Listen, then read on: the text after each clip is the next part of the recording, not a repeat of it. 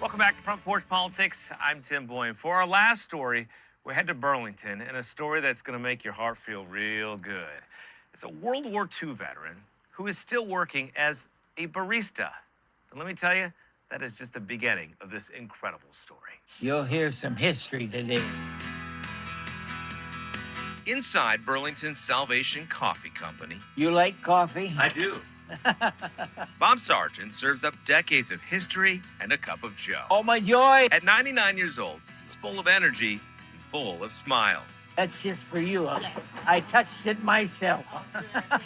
But hang around.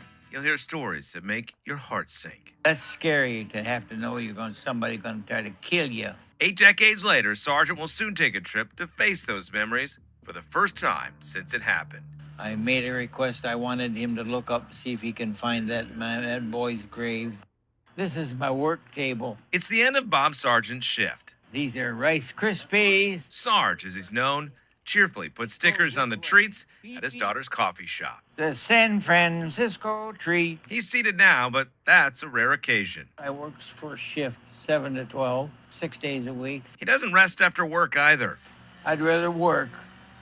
Do something. You tend to think that way when you lived through the 1930s. You know, I never knew it was a depression. I ate 3 meals a day, had warm clothes, house. By now, you may have noticed the hat on Sarge's head. Somebody always pays for my meals. I don't like that. I got my own money. I want to buy my own food. But my daughter said they want to thank you. A thank you for his service in the Navy in World War II. I was 17 when I enlisted. Bob Sargent wanted to join the Marines, but he ended up in the Navy in the midst of World War II. What were the emotions like? I mean, you knew what was going on over there. Scared to death. He served on a minesweeper, clearing bays before invasions. 80 years later, the memories remain crystal clear. And this big cruiser pulled right up, right between us and the shore. I think that was the most scared I was in my life, because he cut loose a broadside of them 10-inch guns. Months after Normandy, Sargent was part of a Navy team at the Yalta Conference, where President Roosevelt, Winston Churchill, and Joseph Stalin strategized a post-war world. Roosevelt wanted a naval honor guard, and Sargent was one of 6 picked. He said this, men, 17, 18-year-olds, men, I don't know whether you know it or not, he said, but I was the Secretary of Navy before I became president. And the Navy is my favorite military organization. And then he said this, I really wanted to come down and spend the night on your ship with you guys, but they won't let me. He died 2 months later. Well, I was inspired to start doing this because my father was never able to open up and talk to me about his experience. Glennie Sims' father struggled to talk about World War II.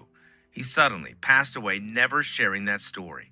But Glennie felt a calling and began making trips to Normandy for commemoration events. So I went to those, and the last day I was there, I was walking along. I went to Omaha Beach in the cemetery, and so I was walking along Omaha Beach, and I see this guy with his World War II hat on. And, you know, I saw my dad in him. She soon realized there were veterans everywhere who never shared their stories and lived alone with the pain. It led to her nonprofit, Normandy Remembers. But they would tell me these things that happened to them during the war, during the German occupation, during D-Day. And one thing led to another, and I have so many testimonies from these people. It became my purpose, I think. Other than my family, it became my purpose. And I realized that it was making a difference to these people who were able to speak. Sims first heard about Bob Sargent at a France airport. Long story short, they planned to go to Normandy years ago, but COVID hit.